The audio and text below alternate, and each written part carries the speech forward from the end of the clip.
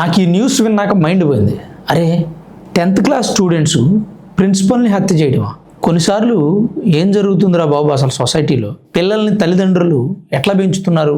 రాక్షసుల్లా, దుర్మార్గుల్లా, రేపిస్టుల్లాగా, హంతకులు, రౌడీల్లాగా తయారు చేస్తారు. తల్లిదండ్రులది 100% ఇందులో తప్పు ఉంది. ఫ్రెండ్స్, ప్రిన్సిపల్ రూపారెడ్డి హత్య కేసు మీరు అందరూ వినే ఉంటారు. చాలా దారుణమైన సంఘటన.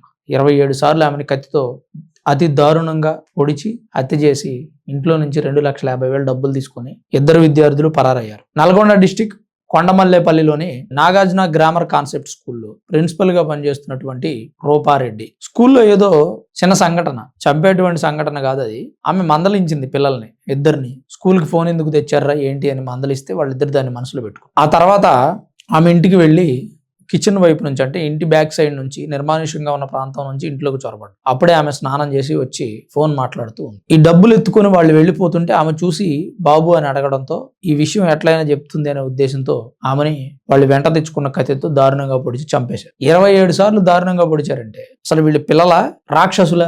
తర్వాత ఆ డబ్బుతో అక్కడి నుంచి పరారైపోయి ఇక వెచ్చలవిడిగా ఖర్చు పెడుతూ జల్సాలు చేస్తూ ఐఫోన్ కొన్నారు, సినిమాలు చూస్తున్నారు, ఫ్రెండ్స్ కి పార్టీలు ఇస్తున్నారు. అంటే ఎలాంటి మైండ్ సెట్ వీళ్ళదో ఒకసారి అర్థం చేసుకో. ఒక వ్యక్తిని హత్య చేసి డబ్బు తీసుకొని ఆ డబ్బుతో పరారైపోయి జల్సాలు చేస్తున్నారు. 10th క్లాసులోనే ఈ మైండ్ సెట్ ఎలా వచ్చింది వీళ్ళకి? పెరిగినటువంటి వాతావరణం, పెంచినటువంటి తీరు. అయితే పోలీసుల ఎంక్వైరీ మొదలుపెట్టిన తర్వాత కొంతమంది పిల్లలు స్కూల్కి యాబ్సెంట్ అవుతూ ఉంటారు కదా. ఆ యాబ్సెంట్ అయిన వాళ్ళ లిస్టు 11 మంది ఉన్నారంట. అందులో 5గురిని ఐడెంటిఫై చేస్తే 5గురిలో 2 అనుమానాస్పదంగా ఉన్నారు. వీళ్ళ తల్లిదండ్రులను ఎంక్వైరీ చేసి ఎట్టకేలకు పోలీసులు వారిని పట్టుకొచ్చారు. పట్టుకొస్తే ఈ డబ్బు మాదే, మా అమ్మ నాన్న ఇచ్చారని సమాధానాలు చెప్పడం, వంకర టింకర సమాధానాలు చెప్పడం మొదలుపెట్టారు. పోలీసులు వారి స్టైల్లో వారు అడుగుతారు కాబట్టి పోలీసులకు చెప్పారు. పైగా నోట్ల కట్ల మీద రక్తపు మరకలు ఉన్నాయి. ఇవేంటంటే హ్యూమన్ బ్లడ్ అని ల్యాబ్కు పంపిస్తే తెలిసింది. ఆ తర్వాత ఉన్న విషయం అంతా బయటికి కాదు. వీళ్ళు డబ్బు కోసం ప్రిన్సిపల్ని హత్య చేయడం, అలానే అంతకుముందు ప్రిన్సిపల్ మీద వీళ్ళ పగ ఉండడం. సో ఇక్కడ నేను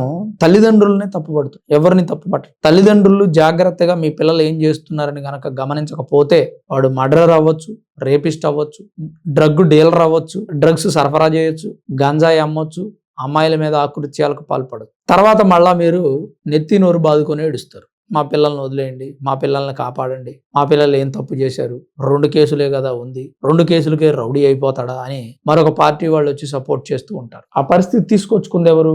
మనమే చేతిలో చేసుకున్నాం. మన పిల్లల భవిష్యత్తుని మనం కాళ్ళ రాస్తున్నాం గారాబం చేసి. మీ పిల్లల్ని పోలీసు వ్యవస్థ, ప్రభుత్వమో, కోర్టులో దండించక ముందే మీరే దండించండి, లేదంటే ఇబ్బందులు పడదు. మీరు పెంచుకుంటున్నటువంటి ఒక కుక్క మీ ఇంటికి వచ్చిన వ్యక్తి మీద ఎగబడి వాడిని కరవడానికి వెళుతుంది అనుకోండి, మీరే దాన్ని ఏ జిమ్మి కమాన్ కమ్ హియర్ అనాలి, లేదా ఒక కర్ర తీసుకొని 4 తగిలేయాలి. మీరు కొట్టలేదు అనుకోండి, మీరు పిలవలేదు అనుకోండి, వాడి మీదకి వెళ్తుంది కదా, వాడు ఏ బండరాయో తీసుకుని విసురుతాడు, దెబ్బగా కుక్క చచ్చి ఊరుకుంటుంది. లేదు అది మిస్ అయితే ఆ రాయి వచ్చి మీకు తగులుతుంది, మీరు కూడా చేస్తారు. అంటే మనం పెంచుకుంటున్న కుక్కతో పిల్లల్ని పోల్చానని మీరు ఫీల్ అవ్వచ్చు, తప్పేం కాదు. మీ పిల్లల భవిష్యత్తు బాగుండడం కోసం 4 దెబ్బలు కొట్టినా తప్పులేదు. మీరు కొట్టలేదు అనుకోండి, ఇది వాళ్ళ ప్రభుత్వాలు, కోర్టులు, న్యాయస్థానాలు, పోలీసులు కొడతారు. తర్వాత నేరస్తులను ముద్ర వేసి, ముద్ర వేసేదేముంది, వాడు నేరస్తుడే. ప్రిన్సిపల్ని హత్య చేసిన నేరస్తుడు కాక సౌమ్యుడా? కాస్తైనా బుద్ధి జ్ఞానం ఉంటే పిల్లల్ని జాగ్రత్తగా పెంచండి. ఒకవేళ మేము జాగ్రత్తగానే పెంచామండి, వాడు తప్పుదారి పట్టాడు అంటే